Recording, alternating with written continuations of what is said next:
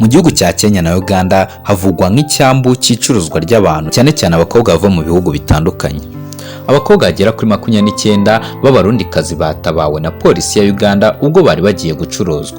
Kuwa kabiri umuvugizi wa polisi yatangaje ko abapolisi ba Uganda bakishije abakobwa bagera kuri 29 b'abarundi kandi bata muri yombi abantu bagera kuri 5 bakekwaho kugira uruhare mu bikorwa by'icuruza ry'abantu. Charles Twin, umuvugizi wa polisi mu buyobozi bushinzwe iperereza ku byaha, yabwiye Xinhua kuri telefoni ko abakobwa b'abarundi barokowe igihe bari mu nzira berekeza mu bindi bihugu kugira ngo bacuruzwe mu bikorwa by'imibonano mpuzabitsina. Twin ati twarabakijije kandi turi gushaka uburyo basubizwa iwabo. Umuvugizi wa polisi yavuze ko abakekwaho gucuruza abantu bazashyikirizwa inkiko kugira ngo bahatwe ibibazo ku byaha baregwa byo gucuruza abantu. Twin akomeza agira ati gucuruza abakobwa ni kimwe mu byaha bitesha umuntu agaciro bifitanye isano no gukoresha imibonano mpuzabitsina nk'imirimo y'agahato.